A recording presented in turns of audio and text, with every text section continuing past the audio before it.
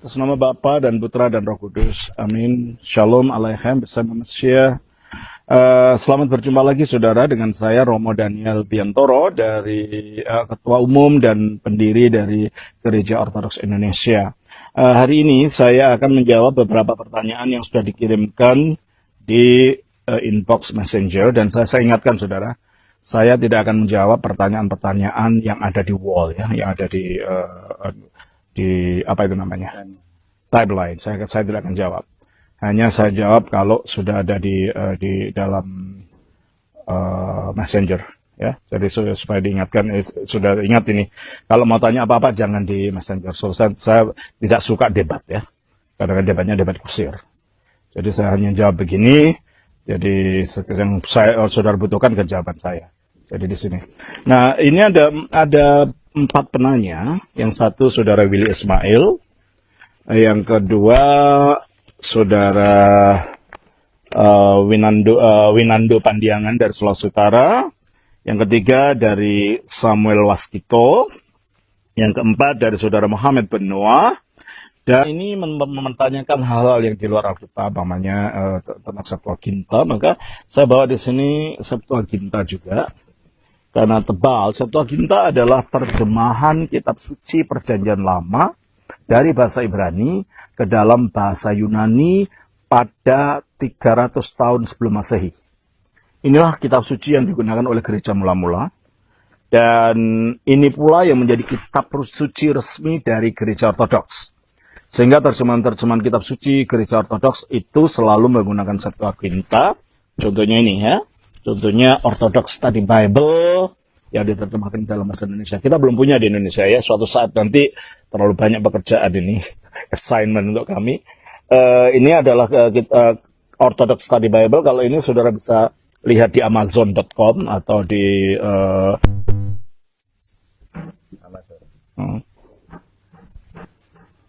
Dan selanjutnya ini adalah kitab suci Ibrani. Perjanjian Lama dalam bahasa Ibrani yang disebut sebagai teks Masoret atau bahasa Inggrisnya Masoretic Text. Inilah teks yang diterbitkan oleh orang Yahudi pada tahun 800-an Masehi. Jadi Septuaginta itu lebih tua daripada teks Masoret ya. Ini adalah terbitan dari Jewish Publication Society. Jadi masyarakat penerbitan Yahudi yang ada di Amerika ya. Di sini ada bahasa Ibraninya sama terjemahnya bahasa Inggris. Kalau yang Septuaginta saja tadi cuma bahasa aslinya saja, yaitu bahasa Yunani ya. Coba kita lihat cuma ini aja ya. Bahasa Yunani dari bahasa aslinya. Ini bahasa Yunaninya agak beda dengan bahasa Yunani Perjanjian Baru. Karena bahasa Yunani Perjanjian Baru itu bahasa Yunani abad pertama. Ini bahasa Yunani abad keempat sebelum Masehi. Sebelum Tuhan Yesus lahir di dunia. Ya. Sebelum adanya iman Kristen. Ini ya. Namanya Septuaginta. Itulah beberapa hal yang saya tunjukkan pada saudara-saudara. Sehingga nanti kita akan merujuk ke sana. Ketika ada pertanyaan, menjawab pertanyaan-pertanyaan ini, yang terutama yang menyangkut Septuaginta dan menyangkut kisah dari Injil Apokrifa. Pertanyaan dari saudara Willy adalah mengenai pembahasan saya dari Matius pasal 4,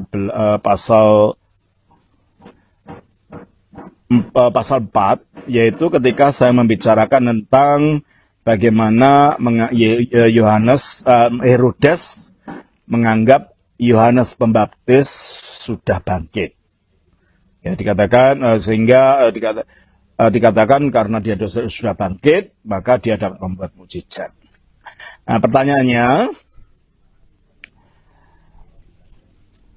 menurut saudara Willy, ini adalah berarti Herodes menganggap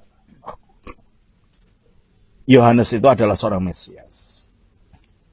Nah, itu didasarkan pada informasi yang didapat dari kitab Injil Protoevangelium yang saya sebutkan tadi, yang ada di buku ini, ya, Protoevangelium, di mana di situ dijelaskan bahwa Herodes Agung yang tadinya membunuh bayi-bayi itu, dan Herodes Archelaus yang adalah anaknya Herodes Agung yang menangkap Yohanes Pembaptis, itu menganggap bahwa Yohanes Pembaptis itu adalah Mesias. Pertanyaannya, apa memang begitu, dan mengapa Yohanes Pembaptis dianggap Mesias? Nah, Saudara Billy, sejauh keterangan Alkitab itu yang kita rujuk, sebenarnya tidak ada indikasi tentang itu. Kalau dalam Alkitab sendiri, dalam Perjanjian Baru, kita tidak melihat bahwa Herodes menganggap Yohanes Pembaptis itu seorang Mesias. Dia hanya menganggap bahwa Yohanes Pembaptis itu mampu melakukan mukjizat-mukjizat dikarenakan dia telah bangkit dari mati. Nah, mengenai kebangkitan dari orang mati itu memang ajaran di dalam Taurat, ya. Di dalam kitab Taurat, di dalam kitab Perjanjian Lama, memang ada ajaran tentang adanya orang yang bangkit dari mati nanti pada akhir zaman. Coba kita baca di dalam kitab Daniel, ya. Kitab Daniel pasal yang ke-12, ya. Di dalam kitab Daniel pasal yang ke-12 dikatakan begini. Pasal yang ke-12 ayatnya yang ke-2. Dan banyak dari antara orang-orang yang telah tertidur di dalam debu tanah akan bangun. Sebagian untuk mendapat hidup yang kekal, sebagian untuk mengalami kehinaan dan kengerian yang kekal. Jadi Perjanjian Lama memang percaya adanya kebangkitan. Nah, kalau begitu, maka tidak heran kalau itu keyakinan itu ada di tengah-tengah masyarakat Yahudi waktu itu, meskipun tidak semua. Contohnya orang Saduki. Orang Saduki tidak percaya ada malaikat, tidak percaya ada roh, tidak percaya ada kebangkitan. Tapi orang Farisi percaya, ya. Orang-orang Farisi percaya. Jadi memang ada aliran Yahudi yang berbeda dalam pemahaman mengenai ini. Nah, kelihatannya Herodes mungkin dipengaruhi orang-orang Farisi, ya. Yang karena kelihatannya waktu orang Majus datang, dia memanggil para ahli kitab. Yang kebanyakan adalah orang-orang Farisi pada zaman itu. Aliran Farisi, ya. Aliran Farisi ini munculnya pada zaman Makabe. Jadi saudara bisa membaca dari kitab 1 Makabe, 2 Makabe, 3 Makabe. Di sana akan ketemu sejarah daripada munculnya Farisi ini. Orang Farisi ini ini adalah ucapan bahasa Yunani dari Alkitab Perjanjian Baru. Sebenarnya itu dari bahasa Ibrani perushim. Nah, perushim itu dari kata paras. Paras itu memisah, ya. Jadi orang perushim adalah orang-orang yang memisahkan diri dari lembaga keagamaan yang dipimpin oleh para imam di Yerusalem yang terlalu banyak kompromi dengan budaya Yunani waktu itu, sehingga mereka kalau sekarang menjadi orang liberal, ya, tidak percaya pada roh, tidak percaya pada kebangkitan orang mati, tidak percaya pada malaikat, dan seperti itu, ya. Nah, jikalau benar kalau pengaruh itulah yang ada di dalam keluarga Herodes, maka kita tidak usah heran bahwa Herodes mempercayai adanya orang yang bangkit dari mati. Yohanes, karena dengan pekerjaannya yang khotbahnya yang berkuasa, karena untuk selama beberapa tahun sesudah Nabi Maleakhi tidak ada seorang nabi yang bangkit di Israel, dan muncullah Yohanes dengan khotbahnya yang menggetarkan hati itu, maka Herodes berpikir ini pasti Yohanes yang telah bangkit dari mati. Tidak harus ini berarti Mesias, sebab pemahaman tentang Mesias di dalam agama Yahudi itu tidak termasuk di dalamnya kebangkitan dari orang mati. Orang Yahudi pada umumnya berpikir Mesias sebagai manusia biasa, bukan sosok ilahi, ya, bukan sosok ilahi. Dia adalah keturunan Daud, sesuai dengan janji Allah melalui Nabi Nathan kepada Daud yang tertulis dalam 2 Samuel pasal 7, ya. Coba kita baca dalam 2 Samuel pasal 7 ayatnya yang Saya baca dari 2 Samuel pasalnya yang ke-7, ayatnya yang ke-12 sampai dengan ayat yang ke-14, yang demikian bunyinya. 2 Samuel pasal 7, ayatnya yang ke-12 sampai dengan 14. Ini kata Nabi Nathan kepada Raja Daud. Apabila umurmu sudah genap, dan kau telah mendapat perhentian bersama-sama dengan nenek moyangmu, maka aku akan membangkitkan keturunanmu yang kemudian anak kandungmu, dan aku akan mengokohkan kerajaannya. Dialah yang akan mendirikan rumah bagi namaku, dan aku akan mengokohkan tahta kerajaannya untuk selama-lamanya. Aku akan menjadi bapaknya, dan ia akan menjadi anakku. Nah, dalam ayat ini tidak ada indikasi bahwa raja itu nanti, Mesias itu nanti merupakan sosok ilahi. Hanya memang ada janji di sini bahwa Mesias yang dijanjikan pada Daud itu bisa saja digenapi pada Salomo. Karena Salomo lah yang akhirnya menggantikan Daud, yang mendirikan kerajaan Israel, kerajaan di Yehuda, dan mendirikan Bait Allah seperti janji Allah melalui Nathan kepada Daud. Hanya masalahnya ada ayat ini, ayat 13 ini. Dialah yang akan mendirikan rumah bagi namaku, dan aku akan mengokohkan tahta kerajaannya untuk selama-lamanya. Tuh, katanya kerajaannya kepada anak Daud ini untuk selama-lamanya. Tapi jelas di dalam 1 Raja-Raja 11 kita melihat ketika Salomo jatuh dalam dosa karena dipengaruhi istri-istrinya para penyembah berhala, sehingga meskipun akhirnya Salomo bertobat, ini terbukti dengan dia menulis surat pengkhotbah, dia menulis surat Amsal yang itu mengarahkan orang untuk pada Tuhan. Dan kita percaya bahwa Salomo akhirnya mengalami pertobatan meskipun ada kejatuhan. Tetapi akibat daripada kejatuhan ini, akhirnya Tuhan menghukum Salomo dengan kerajaannya dipecah jadi 2. Ketika anaknya menggantikan Salomo menjadi raja di Yerusalem, di Israel, Rehabiam, kerajaannya pecah jadi 2. Yaitu kerajaan Yehuda yang berpusat di Yerusalem dan selalu diperintah oleh raja-raja keturunan Daud, dan kerajaan utara yang disebut kerajaan Israel atau kerajaan Samaria yang beribu kota di Samaria yang dipimpin oleh Yerobeam, dan selalu terjadi makar penggantian raja-raja dari dinasti yang berbeda-beda di dalam kerajaan Israel atau kerajaan utara ini. Berarti kalau gitu, dan akhirnya kerajaan utara ini digempur oleh Raja Assyria, bangsa Israel dibawa kepada keboyongan, dibawa kepada tawanan di Assyria. 10 dari suku di sebelah utara ini yang hilang akhirnya. Dan akhirnya kemudian di sebelah selatan pun kerajaan Yehuda yang berpusat di Yerusalem itu digempur oleh Raja Babel. Bangsa Yahudi pun akhirnya dibawa ke dalam pembuangan.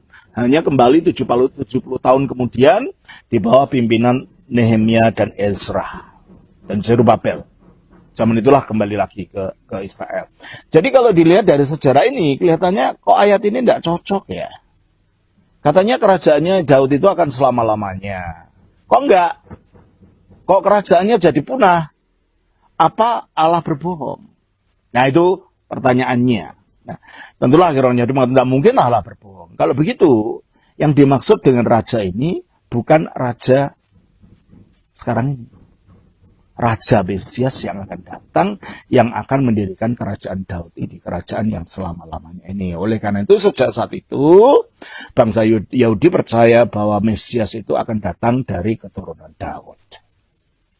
Nah, jadi kalau begitu, dan pada zaman abad pertama ini, orang Yahudi tidak memikirkan bahwa Mesias itu akan menjadi raja secara rohani. Bagi mereka ya jenderal yang akan mengusir bangsa Romawi dari Israel dan mengalahkan bangsa Romawi dan membuat bangsa Yahudi menjadi penguasa atas seluruh dunia dan menguasai bangsa-bangsa Goyim. Ya, Goyim itu adalah istilah Yahudi, kalau di dalam agama Islam itu kafir gitu ya. Kata-kata kafir kalau dalam bahasa Ibrani-nya Goyim. Goyim artinya sebenarnya hanya sekedar bangsa-bangsa. Bangsa-bangsa di luar Yahudi maksudnya. Itulah Goyim ya. Nah, Oleh karena itu ketika Yesus datang dan ternyata dia tidak melakukan yang mereka harapkan, yaitu mengusir bangsa Romawi dari Israel, malah di kacamata orang Yahudi, Yesus kalah dengan orang Romawi dengan mati secara memalukan, mati di atas salib. Yang kematian di atas salib itu adalah hukuman bagi orang yang melakukan tindakan kriminal yang sangat jahat. Maka orang Yahudi sampai sekarang nggak percaya Yesus itu Mesias, karena Mesias bukan begitu. Nah, dengan latar belakang pemahaman tentang Mesias seperti ini, tentulah Herodes tidak akan berpikir bahwa orang bangkit dari mati itu adalah syarat untuk dianggap sebagai Mesias. Karena itu bukan anggapan Yahudi. Nah, kalau begitu mengapa ketakutan? Mengapa Herodes ketakutan? Harus diingat bahwa Herodes itu bukan orang Yahudi asli. Itu adalah bangsa Edom. Bangsa Idumea. Yang kalau sekarang tempatnya itu ada di tempat zaman modern itu, tempat negara Idumea itu ada di negara Yordania ya. Di situ Edom ini adalah keturunan Esau. Dan pada waktu pemerintahan Yohanes Hyrcanus, itu ada di kitab Makabe, orang ini akhirnya ditaklukkan oleh Yohanes Hyrcanus dan akhirnya memeluk agama Yahudi dengan cara-cara yang trik yang macam-macam. Akhirnya Herodes dijadikan raja boneka pemerintah Romawi di Yerusalem. Oleh karena itu dia selalu merasa tidak aman kedudukannya itu. Merasa tidak aman kedudukannya sebagai raja. Sehingga banyak orang dicurigai. Ya.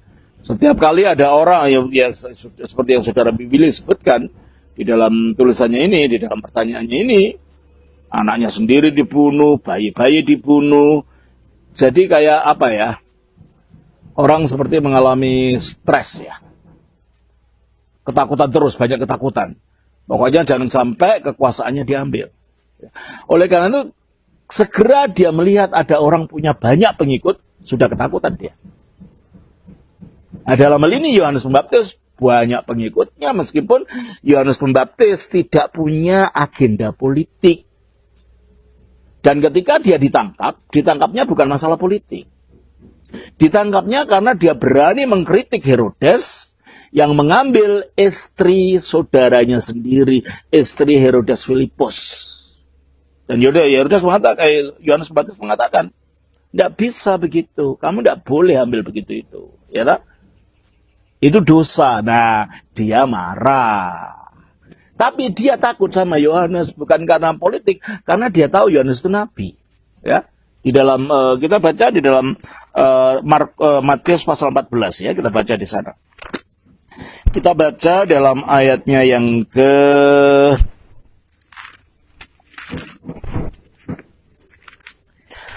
di dalam ayatnya yang ke-5. Herodes, mulai ayat 4 lah. Karena Yohanes menegurnya, katanya, tidak halal engkau mengambil Herodias, istri saudaranya ya. Ayat 5. Herodes ingin membunuhnya, tetapi ia takut akan orang banyak yang memandang Yohanes sebagai nabi. Nah, itu loh. Ya. Jadi dia tidak melihat dia sebagai Mesias yang akan memenuhi agenda politik, tapi karena dia nabi dan punya pengikut banyak, dia justru takut pada pengikutnya ini, ya, dan pada kedudukannya sebagai nabi.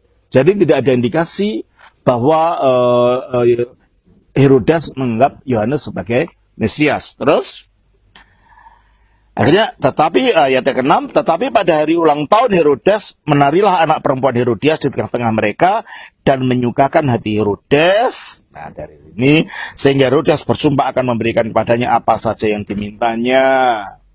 Ya tentulah Herodias paling marah ya, karena merasa keinginannya untuk mengikuti hawa nafsunya, mengawini saudara iparnya, itu dicegah oleh Yohanes Pembaptis. Herodias ingin balas dendam.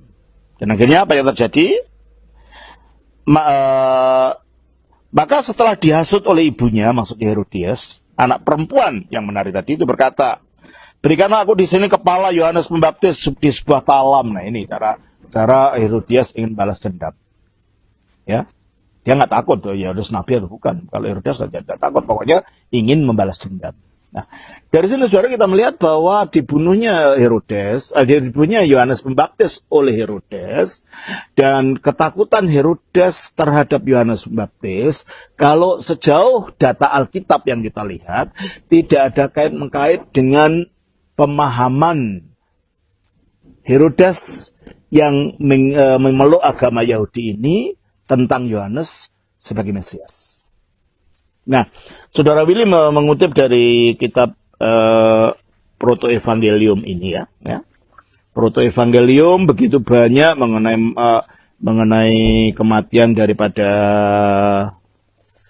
Yohanes ya, menjadi martir, Zakaria dan Yohanes yang melarikan diri karena dikejar-kejar oleh Herodes dan macam-macam.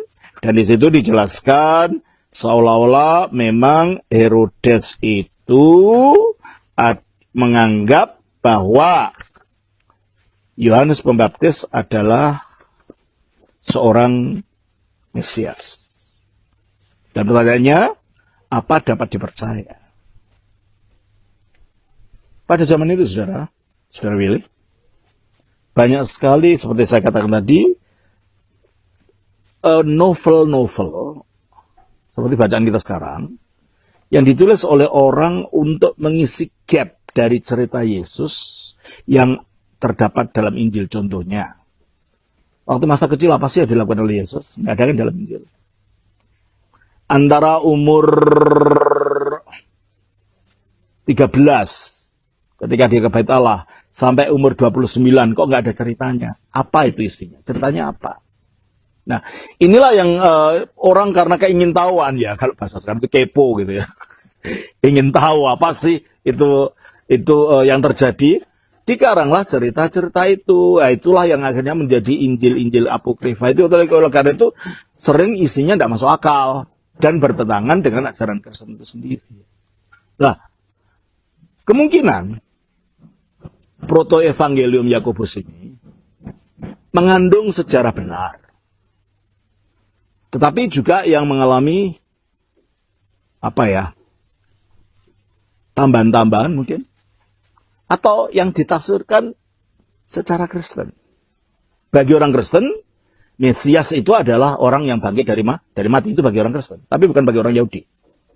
Nah, kalau Injil Yakobus, Protoevangelium itu ya mengatakan bahwa keluarga Herodes itu menganggap bahwa Yohanes itu adalah Mesias karena bangkit dari mati, dapat dimengerti karena yang nulis orang Kristen. Orang yang cara pandangnya bukan cara pandang Yahudi tentang Mesias, tapi cara pandang Kristen. Jadi apakah itu memang Herodes itu percaya Yesus itu Mesias atau tidak? Kita tidak bisa memverifikasi.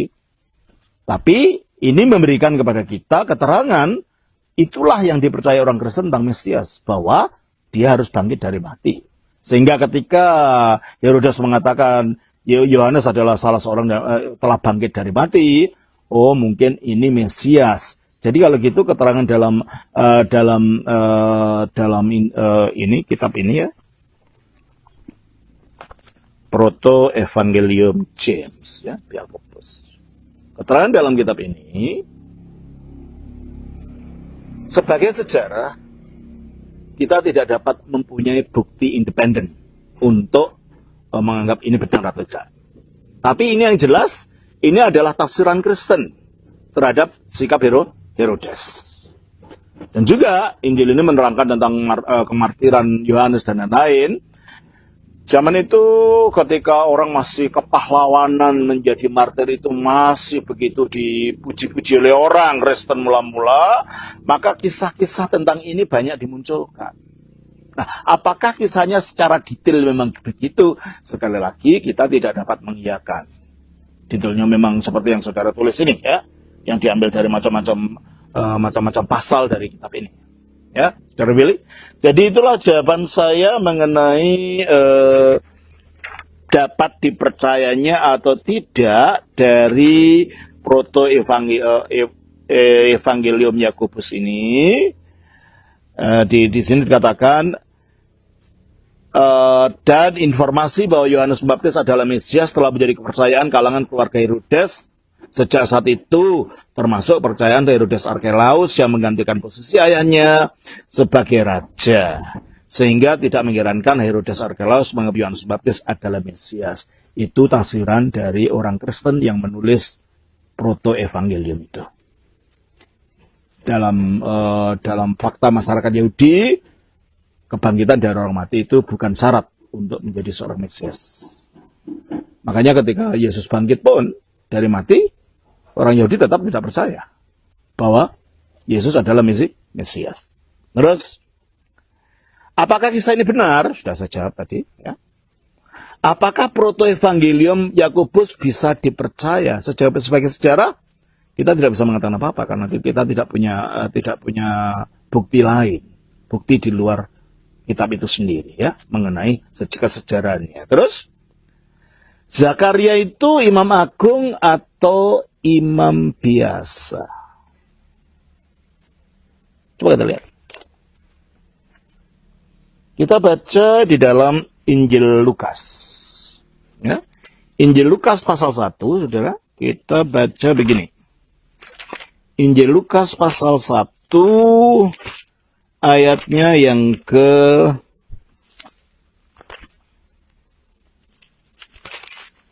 9. Pada suatu kali, waktu tiba giliran rombongannya, Zakaria melakukan tugas keimaman di hadapan Tuhan. Ini rombongan apa yang dimaksud? Rombongan para imam yang melayani. Itu terjadi, ya. Dilembagakannya ada rombongan para imam. Itu zamannya Raja Daud. Coba kita baca dalam 1 Tawarikh pasal yang ke-24 ya. Di dalam 1 Tawarikh pasal yang ke-24 kita baca demikian. 1 Tawarikh pasalnya yang ke-24 kita baca mengenai pembagian para imam itu ya.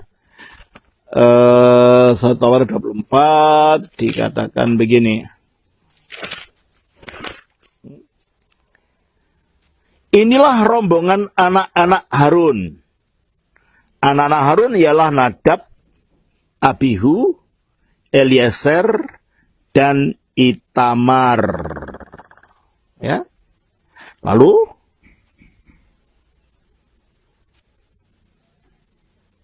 tetapi Nadab dan Abihu mati lebih dahulu daripada ayah mereka dengan tidak mempunyai anak laki-laki. Maka yang memegang jabatan imam ialah Eleazar dan Itamar. Daud bersama-sama Zadok dari Bani Eleazar. Nah, Zadok inilah imam di zamannya Daud.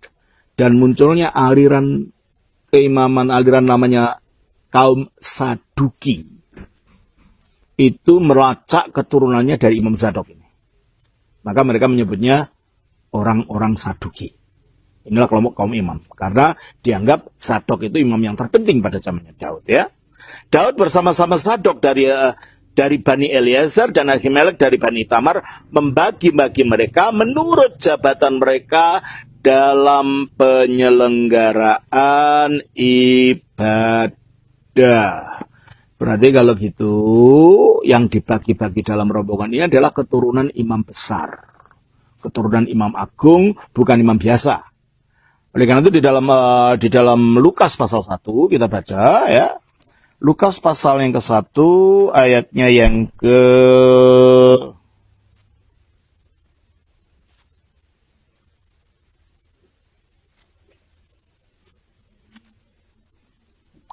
5. Pada zaman Herodes, Raja Yudea, adalah seorang imam yang bernama Zakaria dari rombongan Abia. Jadi Zakaria, bapaknya Yohanes Pembaptis ini dari rombongan imam keturunan Harun, berarti imam besar, dari rombongan Abia. Dan rombongan Abia ini disebutkan dalam 1 Tawarikh 24 tadi. 1 Tawarikh 24 ayat yang ke-10 ya. Coba kita baca aja dari ayat 7 ya. Undian yang pertama jatuh pada Yoyarib, yang kedua pada Yedaya, yang ketiga pada Harim, yang keempat pada Seorim, yang kelima pada Malkita, yang keenam pada Miyamin, yang ketujuh pada Hakos, yang kedelapan pada Abia.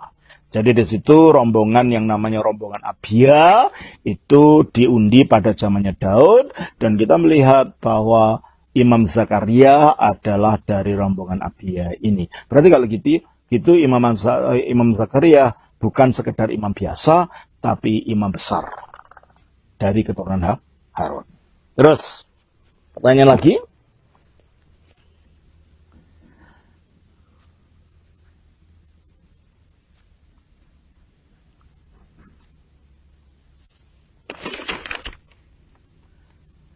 Saudara Willy mengutip tentang masa kanak-kanak Yesus, tapi saya tidak tahu yang ditanyakan apa di sini.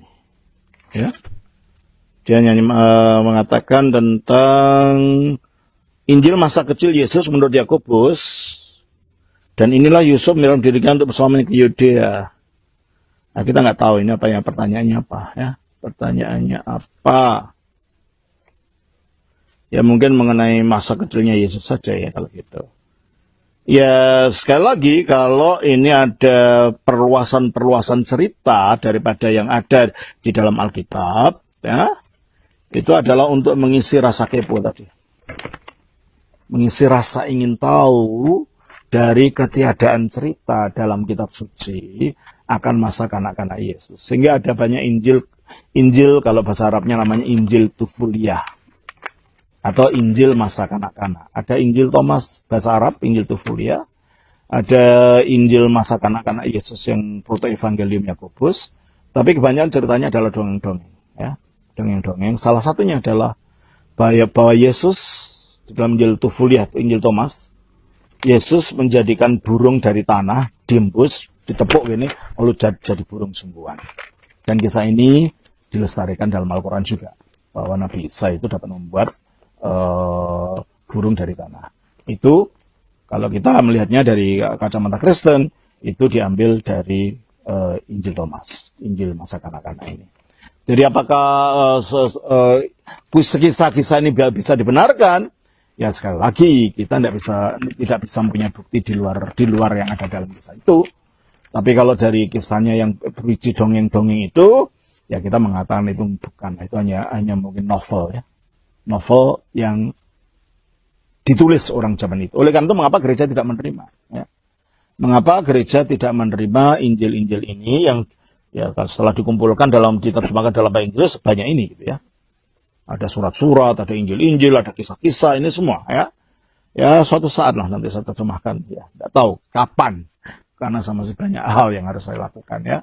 Karena ini penting sekali untuk umat Kristen tahu ini ya, sehingga tidak gampang heran gitu. Wah, Injil sudah diubah-ubah. Wah, ini ada Injil palsu yang dibuang. Bukan dibuang, ya memang tidak dipakai orang isinya aja. Dan kebanyakan Injil-Injil itu abad ketiga ya. Bukan dari abad pertama. Jadi yang nulis ini bukan orang-orang yang tahu para rasul, enggak. Beda dengan perjanjian baru, memang abad pertama gitu ya. Oleh karena kalau itu ditolak bukan karena gereja itu tebang pilih gitu, enggak. Gereja memang tahu ini ajaran ini tidak sesuai dengan ajaran lisan, tradisi lisan yang selama ini dipelihara oleh gereja, yang akhirnya sebagian daripadanya dituliskan dalam bentuk kitab suci perjanjian baru. Jadi gereja punya standarnya gitu loh, bukan gereja tebang pilih, ngarang-ngarang ini dibuang itu diganti, enggak, bukan itu. Ya memang tidak cocok dengan seluruh ajaran gereja. Ya, oleh karena itu kita orang Ortodoks tetap memelihara ini, kita nggak takut membacanya karena kita tahu sejarahnya gitu ya. Oleh karena jangan heran kalau ada Injil ini kemarin ditemukan Injil Filipus, itu sudah ada di sini, saya punya ini. Ada Injil Yudas Iskariot, ya ada di sini, tapi memang dibuang dari dulu gitu. Karena isinya bersifat dongeng ya. Baik, itulah jawaban saya untuk Saudara Willy. Yang selanjutnya adalah pertanyaan dari Saudara Winando Pandiangan. Assalamualaikum bersama Mesya Romo. Saya ingin bertanya apakah Alkitab dari naskah Masoretik memiliki beberapa perbedaan dengan naskah Septuaginta. Saya sempat menonton video di YouTube di link ini. Sudah disebutkan linknya. Dan di situ dijelaskan bahwa ada beberapa ayat yang dicurigai dikaburkan oleh penerjemah Yahudi dalam menyusun naskah Masoretik pada rentang tahun 900-an sampai dari 1000 tahun 800 ya. Seperti pada umur anak cucu Sem ketika mereka memiliki anak dikurangi 100 tahun. Untuk mendapatkan kesan bahwa Sem masih hidup ketika Abraham hidup dengan tujuan untuk menunjukkan bahwa Sem adalah Melkisedek sehingga klaim Yesus adalah penerus imam besar menurut aturan Melkisedek gugur.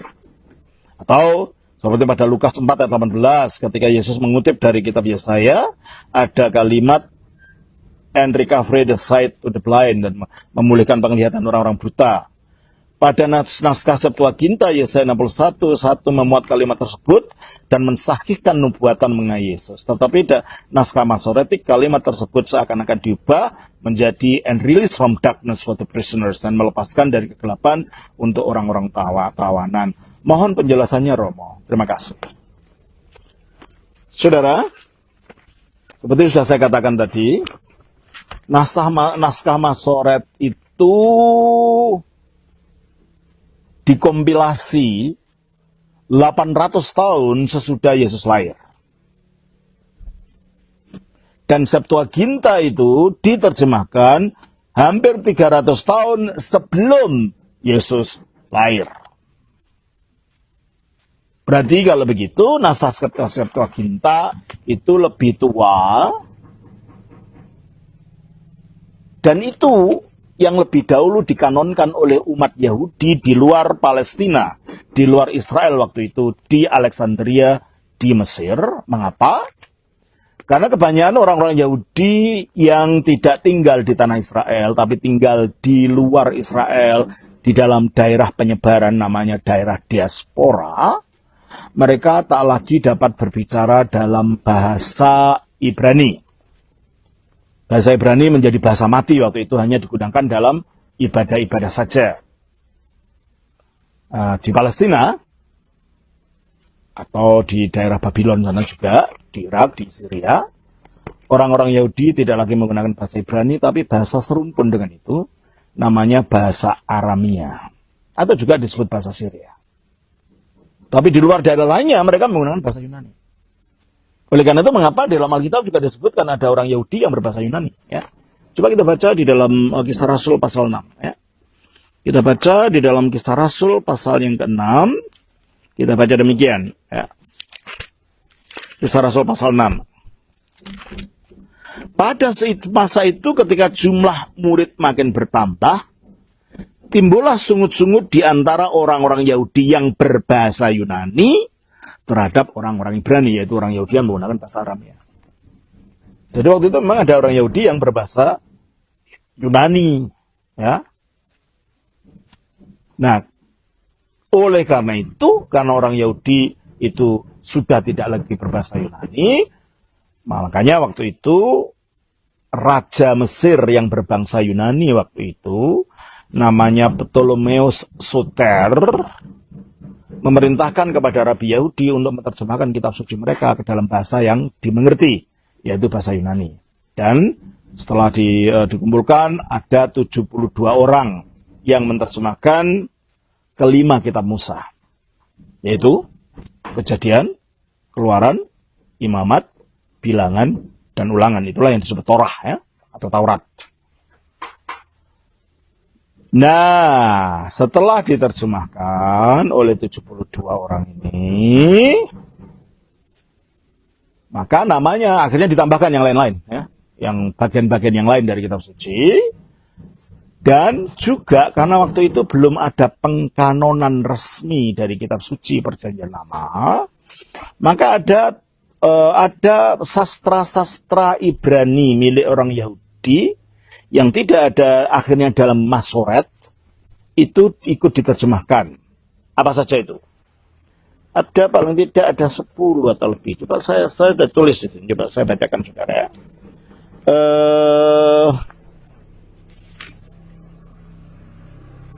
Ya, ada kitab Tobit, kitab Yudit, kitab 1 Makabe, 2 Makabe, 3 Makabe, Mazmur 151, doa Manasseh, kebijaksanaan Salomo, Yesus bin Sirah, ya, kitab Baruh, surat Yeremia, Mazmur Salomo, tambahan kitab Daniel, ada kitab Susana, Bel dan Naga, doa Azaria, doa 3 pemuda kudus, ya. Nah, itulah beberapa tambahan, bukan tambahan ya sebenarnya, karena waktu itu belum ada kitab suci yang baku. Ya memang itu terjemahan daripada kitab-kitab orang Yahudi yang menerjemahkan kitab suci lebih banyak jumlahnya dari yang akhirnya disebut sebagai kitab Masoret itu. Nah itu ya. Jadi di situ saja terdapat perbedaan dalam isi. Jadi kitab suci Septuaginta akhirnya karena yang menerjemahkan itu 72 orang. 72 orang itu akhirnya dibulatkan jadi 70. Sehingga terjemahan itu disebut sebagai kitab C70. Yang dalam bahasa Latinnya disebut Septuaginta.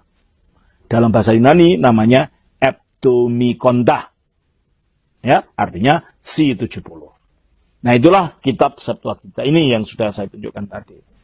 Nah, dalam kitab Septuaginta ini ada banyak ayat yang jelas-jelas menguntungkan orang Kristen karena mendukung penyebaran Injil, karena banyak nubuat-nubuat yang digenapi di dalam Kristus.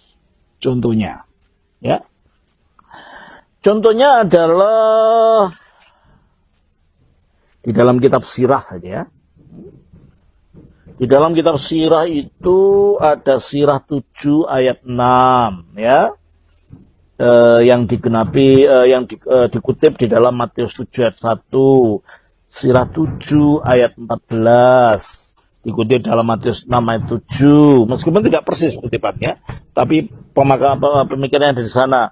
Matius 27 ayat 6 ya, itu dikutip dalam Sirah 27 ayat 6 dikutip dalam Matius 7 ayat 18 ayat 20, pasal 15 ayat 18.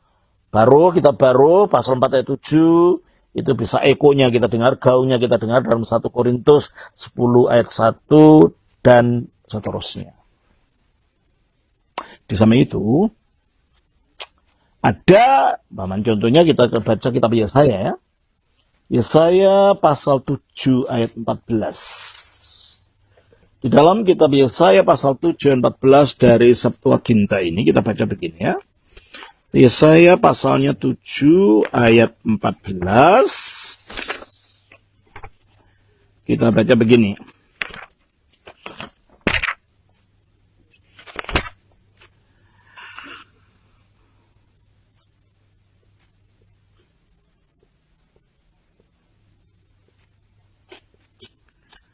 Tujuh ayat 14. Yesaya. Pasal 7 ayat 14 berbunyi begini ya. Diatuto, oleh karena itu, dosi Kyrios aftos imin Simeon. Oleh karena itu Tuhan sendiri akan memberikan padamu tanda. Itu, lihatlah, Iparthenos sang dara, engastri eksi akan mengandung ketekseste dan akan melahirkan Ion, anak laki-laki, kekalesis tonoma abtu Emmanuel, dan engkau akan menyebut namanya Immanuel.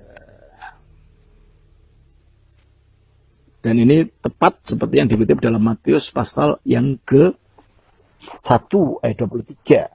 Ya, kita baca. Matius pasal 1 ayat 23 dikatakan begini. Ya.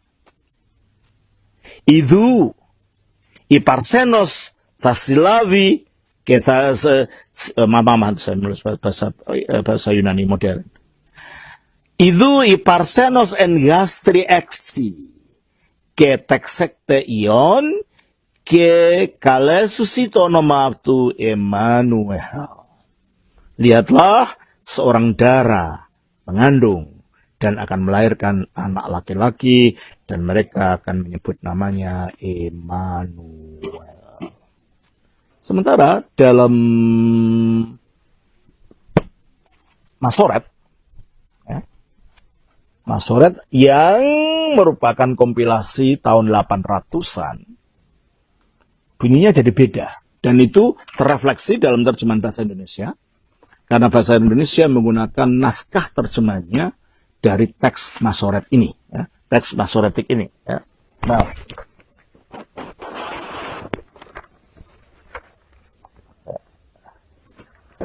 ya. Kita baca di dalam Yesaya 7:14.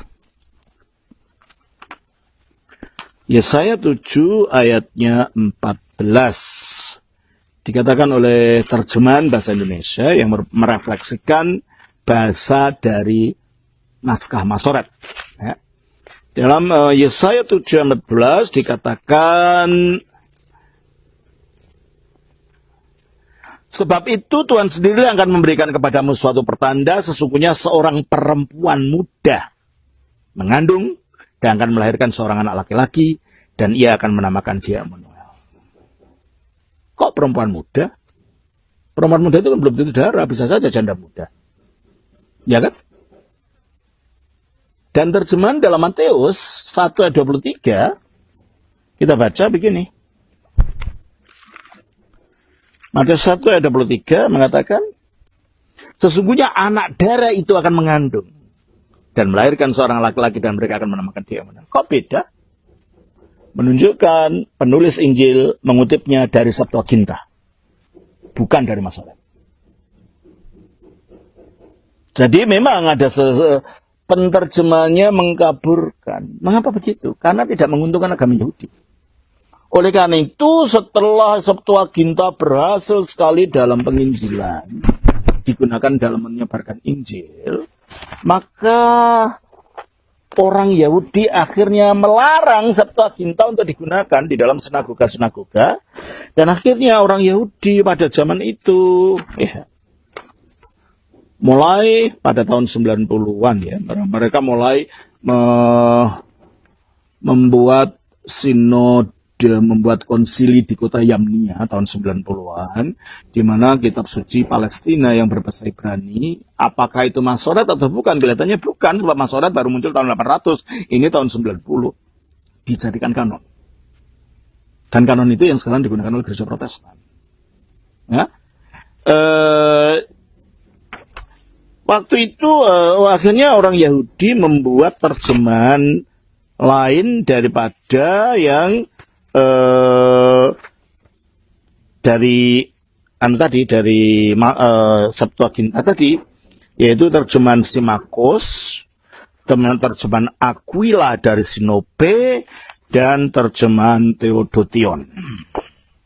Tiga orang ini yang adalah tadinya non-Yahudi, memeluk agama Yahudi, bahasanya Yunani, orang ini yang diterjemahkan, mau disuruh menerjemahkan ulang kitab suci Perjanjian Lama ke dalam bahasa Yunani, dan itu yang akhirnya dipakai. Dan ternyata terjemahnya akan beda.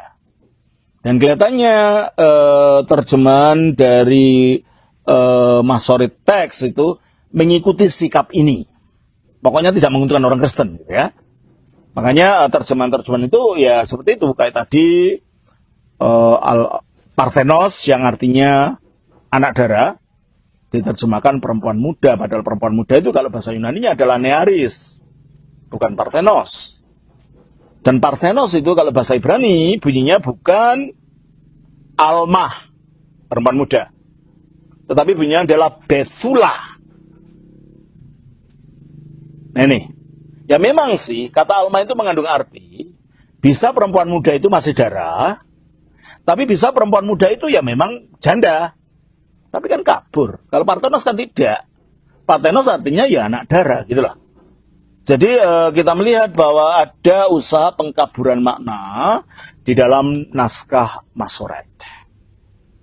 Demikian juga kita melihat ya, di dalam Ibrani pasal yang ke-10, ayat yang ke-5. Di dalam Ibrani pasal yang ke-10, ayat yang ke-5, kita baca begini. Ibrani pasal 10 ayat 5. Dikatakan, Karena itu ketika ia masuk ke dalam dunia berkata, kurban dan persembahan tidak engkau kehendaki, tetapi engkau telah menyediakan tubuh bagiku. Ada seorang penyebar agama Yahudi di Indonesia ini, namanya Rabbi Tobias Singer. Dia menuduh, katanya ayat ini sengaja diubah-ubah oleh pemimpin gereja. Itu tidak benar. Ini memang kutipan dari Septuaginta, bunyinya begini, ya. Penomoran juga beda ya, antara naskah Masoret dengan naskah Septuaginta, ya. Coba saya lihat penomorannya karena saya nggak hafal penomorannya, guys. Supaya saudara tahu. Jadi penomorannya beda gini. Dalam Masoret, dalam Mazmur ini, Mazmur 1 sampai 9 sama dengan Septuaginta 1 sampai 9. Mazmur 10 dan 11 di Septuaginta hanya jadi Mazmur satu pasal saja, Mazmur 10. Mazmur 12 sampai 146 di Septuaginta itu menjadi Mazmur 11 145 sampai 145. Mazmur 147 di Septuaginta dibagi dua, 146 dan 147. Lalu di Masoret 148 sampai 150 di Septuaginta menjadi 100 sama itu 148 sampai 60. Lalu ada tambahan Mazmur ya 151 di dalam Septuaginta. Jadi penomorannya juga beda antara Septuaginta dan Masoret. Nah, oleh karena itu kalau di dalam Masoret Ibrani 10 ayat 5 itu diambil dari Mazmur 40 ayat 7, di dalam Septuaginta diambil dari Mazmur 39 ayat 7. Tisian keprosworan uk idealisas. Korban dan persembahan kau tidak mau. Utia de katartisemi, tetapi engkau menyediakan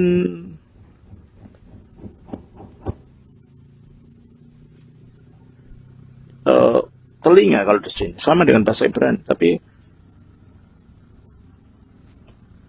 bukan ini yang ayat yang saya maksudkan. Nah, ini oleh Rabbi atau biasanya dikatakan ini diubah. Bukan begitu. Bagian dari tubuh itu disebutkan sebagai tubuh aku sediakan. Ini bukan pengubahan. Memang cara pentafsiran, dan di dalam agama Yahudi banyak sekali cara menafsirkan. Contoh lagi dari Ibrani ya. Ibrani pasalnya yang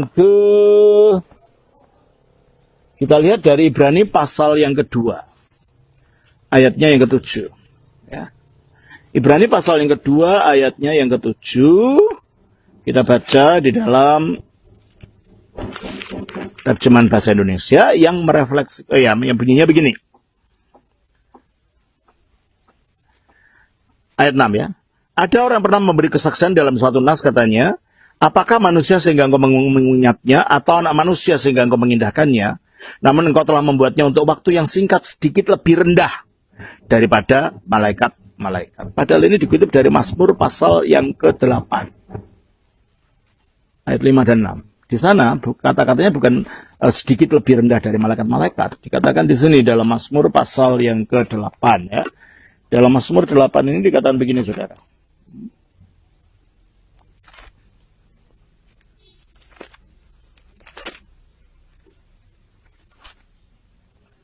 Ayatnya 5 dan 6.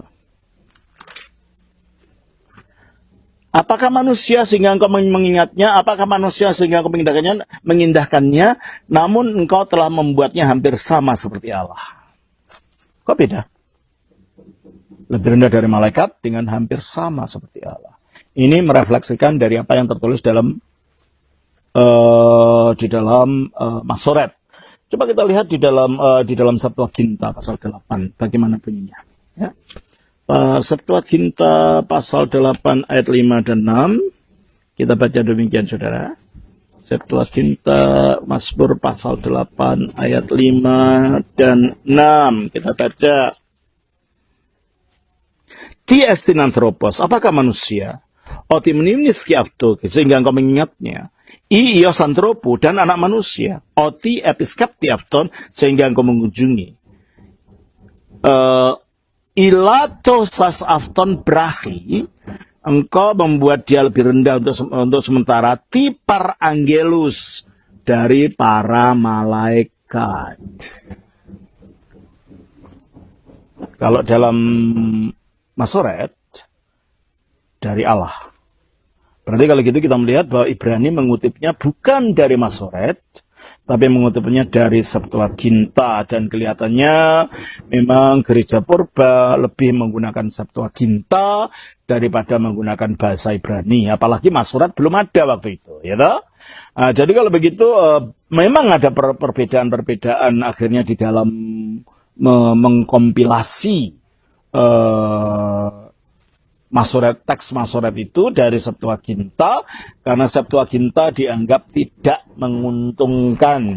Nah, mengenai kasus khusus dari apa yang saudara dan juga di dalam Kejadian 5, umur para bapak leluhur yang di situ di Septuaginta cenderung lebih pendek dibanding di Masoret umurnya, ya. Jadi saudara mengatakan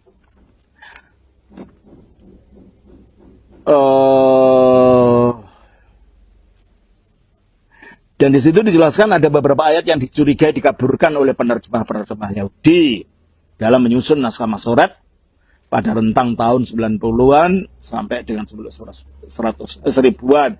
Seperti yang saudara lihat, memang begitu ya. Ada usaha pengaburan di dalam menyusun atau menerjemahkan, merevisi atau apa itu, mengkompilasi naskah Masoret yang ratusan tahun lebih mudah daripada naskah Septuaginta yang merupakan kitab suci dari zaman para rasul. Dan saudara sudah membuktikan tadi juga dari Lukas 4 ayat 18, memang kutipannya di situ lebih dekat kepada Septuaginta dari Masoret yang digunakan oleh Yesus. Berarti kelihatannya Yesus juga bisa berbahasa Yunani ya. Buktinya di dalam Markus pasal yang ke-7, dia berbicara dengan perempuan Sirofenisia yang adalah bangsa Yunani. Berarti dia bisa bahasa Yunani. Jadi paling tidak Yesus itu bisa 4 bahasa paling tidak. Bahasa Ibrani, karena dia harus di sinagoga, mereka menggunakan bahasa Ibrani. Bahasa Aramia, bahasa sehari-hari di Palestina. Bahasa Yunani, terbukti dia berbicara dengan orang Yunani.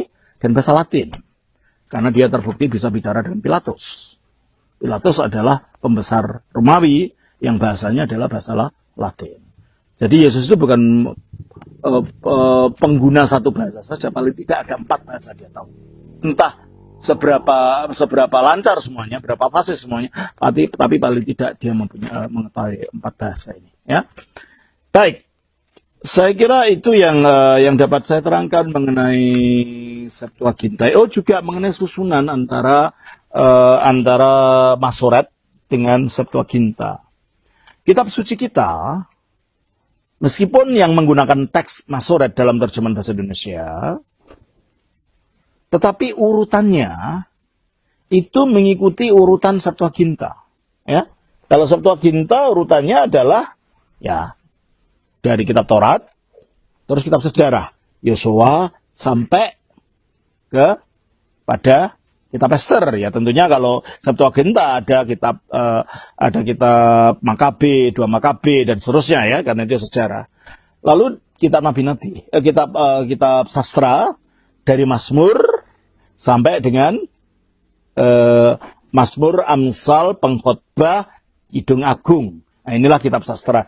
Ayub, dari Ayub, Mazmur saat itu ini disebut sebagai kitab kebijaksanaan atau kitab sastra. Dan kitab nabi-nabi dari Yesaya sampai Maliaki. Ini adalah menurut urutan dari Septuaginta. Tapi kalau menurut urutan Masoret, nah begitu saudara. Masoret itu dibagi kitab sucinya, orang Yahudi ini membagi kitab sucinya dalam 3 kelompok. Jadi ya, jadi 3 kelompok itu apa saja? Coba ini 3 kelompok ini adalah Torah.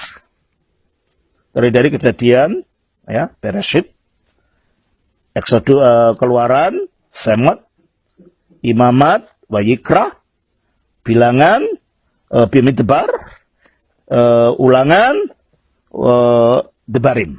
Ya, itulah nama bahasa Lalu kitab sejarah dari Yosua sampai dengan Maliaki. Karena ya, Maliaki dimasukkan sejarah dalam maaf. Kitab nabi-nabi, keliru saya. Kitab nabi-nabi Nevi'im ya, Nevi'im itu kitab nabi-nabi, Yosua, Hakim-hakim, 1 Samuel, 2 Samuel, 1 raja-raja, 2 raja, ini dimasukkan kitab nabi. Kalau satu kita enggak, itu dimasukkan kitab raja-raja. Ya mungkin karena ada kisah nabi-nabi di situ ya. Daud dianggap nabi, Samuel nabi, Elia dan semuanya itu ada di kisah ini, mungkin karena itu dimasukkan dalam kitab nabi. Lalu ini disebut sebagai Ketuvim, tulisan-tulisan, kitab-kitab ya, Ketuvim, Mazmur, Tehillim, Amsal, Misle, Amsal, Ayub, Iyob ya. Kidung Agung, Sir Hashirim, ya, Ruth, ya, apa ini? Bahasa Indonesianya apa ini ya? Kidung Agung, coba saya lihat. Saya jadi lupa judulnya dalam bahasa Indonesia. Kidung Agung, lalu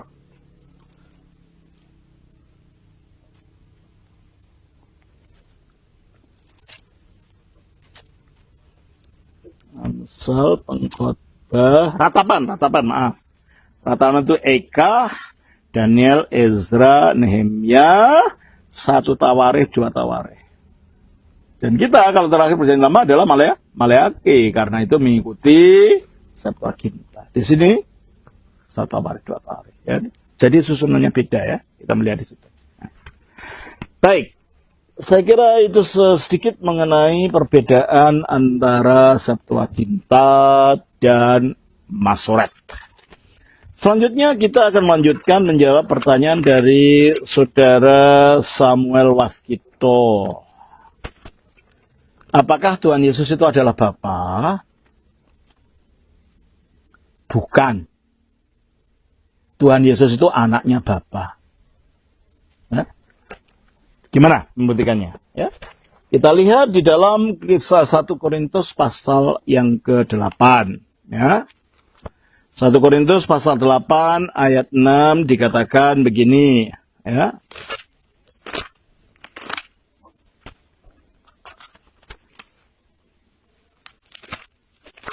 Satu Korintus 8 ayat 6 dikatakan, namun bagi kita hanya ada satu Allah saja, yaitu Bapa. Jadi menurut ayat ini, satu Allah itu adalah Bapa. Dan Yesus mengatakan, di dalam Yohanes pasal yang ke-8 ayat yang ke-44, dikatakan begini. Yohanes 8 dan 44, 42, dikatakan, karena 8 dan 42 dikatakan begini. 42 ya. Kata Yesus kepada mereka, jikalau Allah adalah Bapamu, kamu akan mengasihi aku sebab aku keluar dan datang dari Allah. Jadi yang Bapa itu Allah, Yesus keluarnya dari Allah. Keluarnya dari Bapa. Berarti dia berada di dalam Bapa. Jadi kalau gitu Yesus dan Allah beda. Yesus itu maksudnya sang Bapa beda. Yesus itu keluar dari Bapa dan berada dalam Bapa. Ya. Sebagaimana dikatakan dalam Yohanes pasal yang ke-14 ayat yang ke-10. Tidak percayakah engkau bahwa aku di dalam Bapa dan Bapa di dalam aku? Mengapa? Karena Yesus itu adalah firman.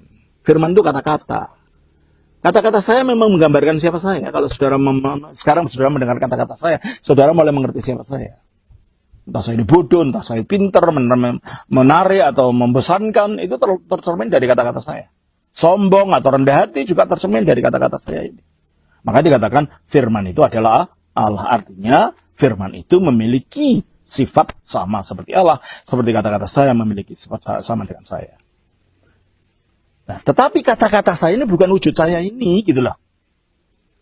Kata-kata saya adalah suara yang keluar dari saya dan tinggal di dalam saya. Lah Yesus sebagai firman-Nya Allah juga begitu. Tidak bisa dipisah dari Allah seperti kata-kata saya tidak bisa dipisah dari saya. Tetapi Yesus sendiri bukan Bapa. Yesus adalah firman-Nya Bapa yang keluar dari Bapa, diperanakkan dari Bapa, makanya disebut anaknya Bapa. Itu ya. Dan itulah sebabnya juga dikatakan di dalam Yohanes pasal yang ke-17. Kita baca dalam Yohanes 17, di situ dikatakan begini, saudara. Yesus berdoa kepada Allah. Oleh sebab itu ya Bapa, permuliakanlah aku pada dirimu sendiri dengan kemuliaan yang kumiliki di hadiratmu sebelum dunia ada. Jadi sebelum dunia ada, Kristus ada di hadiratnya Allah. Ada di dalam lingkupnya Allah. Dan juga dikatakan dalam ayat yang ke-24, menunjukkan Kristus dan Bapa beda di sini. Ya Bapa, aku mau supaya dimanapun aku berada, mereka juga berada bersama-sama dengan aku. Mereka yang telah Engkau berikan kepadaku, agar mereka memandang kemuliaanku yang telah Engkau berikan kepadaku, sebab Engkau telah mengasihi aku sebelum dunia dijadikan. Ya, kalau Yesus sama Bapa mengasihi Kristus, berarti Bapa itu yang mengasihi, Kristus yang dikasihi, berarti Bapa dan Kristus beda. Itulah. Saya tidak bisa mengatakan, saya ngaku mengasihi kamu ya, diriku ya. Enggak gitu dong. Kalau bahasa ini bahasa normal, berarti ada yang mengasihi dan ada yang dikasihi, dan yang mengasihi adalah Bapa, yang dikasihi adalah Kristus. Masih banyak lagi buktinya. Satu lagi saya buktikan ya. Kita baca dari 1 Korintus pasal yang ke-11. Dalam 1 Korintus pasal yang ke-11 dikatakan begini oleh kitab suci. 1 Korintus pasal 11 ayatnya yang ke-3.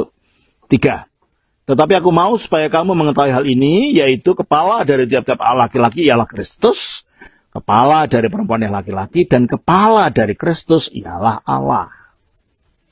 Beda kan? Apa maksudnya kepala Kristus itu Allah? Ya adalah. Seperti kata-kata saya ini akan muncul kalau saya tidak menghendaki.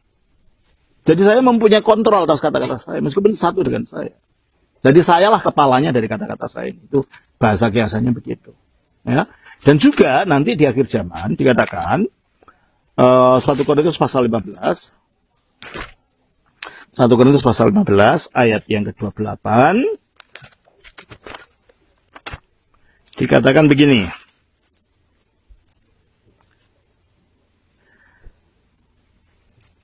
Ayat 27. Sebab segala sesuatu telah ditaklukkannya. Maksudnya di sini Bapa. Di bawah kakinya, di sini adalah Kristus. Jadi Bapa menaklukkan segala sesuatu ke bawah kaki Kristus. Tetapi kalau dikatakan bahwa segala sesuatu telah ditaklukkan, maka teranglah bahwa ia sendiri yang telah menaklukkan. Menaklukkan kepada siapa? Menaklukkan apa? Segala sesuatu kepada siapa? Di bawah kaki Kristus. Itu tidak termasuk di dalamnya. Jadi Bapa bukan yang termasuk takluk pada Kristus. Berarti kalau Bapa dan Kristus beda. Sudah dikatakan? Ayat 28. Tetapi kalau segala sesuatu telah ditaklukkan di bawah Kristus, maka ia sendiri sebagai anak akan menaklukkan dirinya di bawah dia. Di bawah Bapa. Yang telah menaklukkan segala sesuatu di bawahnya, supaya Allah menjadi semua di dalam semua. Bukan takluk dalam pengertian bahwa dia lebih rendah keilahiannya, bukan. Ya seperti kata-kata saya ini loh. Takluk pada kemauan saya. Saya tidak mau ngomong. Tidak bisa keluar gitu kan. Tapi kalau saya mau ngomong, ya dia keluar gitu loh. Karena dia takluk pada kehendak saya. Firman-Nya Allah juga begitu. Itu artinya. Tapi tidak berarti kata-kata saya ini lebih rendah kemanusiaannya dari saya. Tidak. Kemanusiaan saya tercermin dari kata-kata saya. Demikianlah juga keilahian Bapa tercermin dalam firman-Nya. Firman-Nya yang menyatakan diri dalam wujud manusia. Jadi Kristus itu bukan Bapa. Dalam 1 Petrus dengan pertanyaan kedua adalah dalam 1 Petrus disebutkan Injil telah diberitakan juga kepada orang mati. Apakah memang Tuhan Yesus mengabarkan Injil di dunia orang mati saat turun ke dalam maut? Ya. Ya bukan artinya dia ngomong kayak kita kurang mengabarkan Injil pakai buku gitu, enggak. Dia menyatakan kemenangannya atas maut kepada mereka yang ada di dalam maut itu. Yang mungkin pada waktu hidupnya sudah punya benih iman, tetapi belum sempat menyatakan imannya itu. Dan itu diberi kesempatan. Ini orang-orang di zamannya Nuh dan orang perjanjian lama pada umumnya. Ya. Yang ketiga, Apakah semua orang benar yang mati dalam Tuhan sudah masuk surga? Masuk surga itu sesudah mendapatkan pengadilan akhir dan sesudah kebangkitan. Karena masuk surga itu adalah dengan tubuh yang dimuliakan. Coba kita baca ya. Di dalam 1 Korintus pasal yang ke 2 Korintus 5 ayat 10. Katakan begini. Sebab kita semua harus menghadap takhta pengadilan Kristus. Supaya setiap orang memperoleh apa yang patut diterimanya. Sesuai dengan yang dilakukannya dalam hidup ini, baik ataupun jahat. Dan kapan pengadilan ini? Wahyu pasal yang ke-10. Wahyu yang ke pasal yang ke-20 ayatnya yang ke-12. Dan aku melihat orang-orang mati, besar dan kecil, berdiri di depan takhta itu. Lalu dibuka semua kitab, dan dibuka juga sebuah kitab lain, yaitu kitab kehidupan, dan orang-orang mati dihakimi menurut perbuatan mereka, berdasarkan apa yang ada tertulis dalam kitab itu. Bagaimana orang mati dihakimi? Setelah bangkit. Dan itu dikatakan dalam Yohanes pasal yang ke-5. Ya. Di dalam Yohanes pasal yang ke-5 dikatakan begini, ayatnya yang ke-28-29, dikatakan oleh kitab suci demikian. Janganlah kamu heran akan hal itu, sebab saatnya akan tiba bahwa semua orang yang di dalam kuburannya, akan mendengar suaranya, dan mereka yang telah berbuat baik, ya berdasarkan imannya ya, baiknya itu baik karena iman, akan keluar dan bangkit untuk hidup yang kekal. Jadi hidup yang kekal surga itu setelah bangkit dari kuburan, ya. Dan tetapi mereka yang telah berbuat jahat akan bangkit untuk dihukum. Jadi masuk neraka, masuk surga itu dengan tubuhnya, masuk neraka dengan tubuhnya pula. Makanya dikatakan di dalam Matius pasal 10 ayat 28. Dikatakan begini oleh kitab suci. Matius pasal 10 ayat yang ke-28 kita baca begini.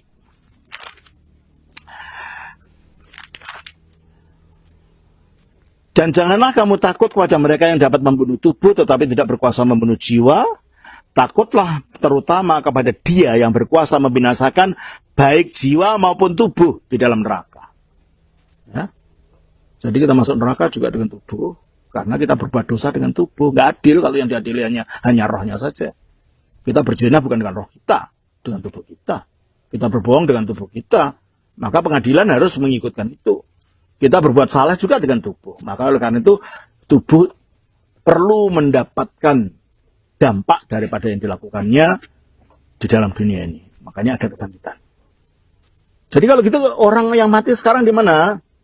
Orang yang mati sekarang ketika ada orang pencuri yang disalib oleh Yesus bersama Yesus itu, dia katakan, ingat aku dalam kerajaanmu. Apa kata Yesus? Hari ini juga engkau akan bersama dengan aku di dalam Firdaus. Jadi roh orang mati sekarang ada di Firdaus. Firdaus itu tempat laksana surga, tapi belum surga. Yang tempat tinggal bagi roh-roh orang benar, itulah tempat penantian. Lalu orang yang berbuat dosa, kemana mereka? Mereka akan bersama dengan roh-roh jahat. Karena mereka pada waktu hidupnya mengikuti roh-roh jahat. Dan roh-roh jahat itu sekarang tempatnya ada di Tartarus. Di dalam 2 Petrus pasal yang kedua, kita baca di situ ya. 2 Petrus pasal 2 ayatnya yang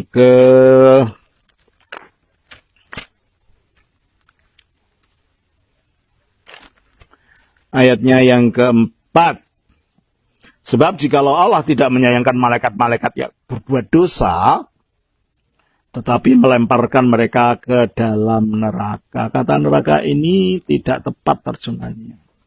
Bahasa aslinya adalah Tartarusas, yaitu Tartarus. Jadi di sana tempat malaikat jahat itu berada. Dan ke sana pula orang yang mengikut roh-roh jahat ini dalam berbuat dosa akan dilemparkan.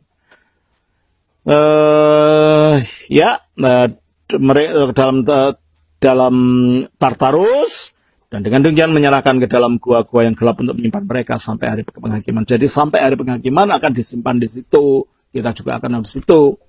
karena ini belum hari penghakiman, berarti kita masih ada di orang yang mati akan masih di Tartarus. Terus yang terakhir, Romo bagaimana? Ini saudara Muhammad bin Noah, ya. Yang terakhir, bagaimana Bapak menyikapi status Holocaust di Wahyu 3:14? Mari kita lihat. Ya. Di dalam Wahyu 3:14 dikatakan begini. Yang terakhir ini ya. Wahyu 3:14 dikatakan begini. Dan tuliskanlah kepada malaikat jemaat di Laodikia, inilah firman dari Amin, saksi yang setia dan benar, permulaan dari ciptaan Allah. Ini yang digunakan oleh saudara-saudara kita dari aliran saksi Yehova yang mengatakan Yesus adalah ciptaan. Ya, mari kita lihat bahasa aslinya. Bahasa aslinya kita baca dari Wahyu pasal 3:14. Bunyinya begini, ya. Wahyu 3 ayatnya yang ke-14. Bunyinya, Ke to angelo tis en Laodikia ecclesias grapson. Dan kepada malaikat daripada gereja di Laodikia tuliskan, Tade, beginilah legio amin, kata sang amin, o martis, sang saksi, o pistos, o alitinos, yang setia dan benar, I archi tis ketisios tutheo. Sang archi dari penciptaan, dari ciptaan Allah. Archi ini apa? Archi ini bisa permulaan dalam arti asal-usul. Jadi kata archi ini bisa berarti pemimpin.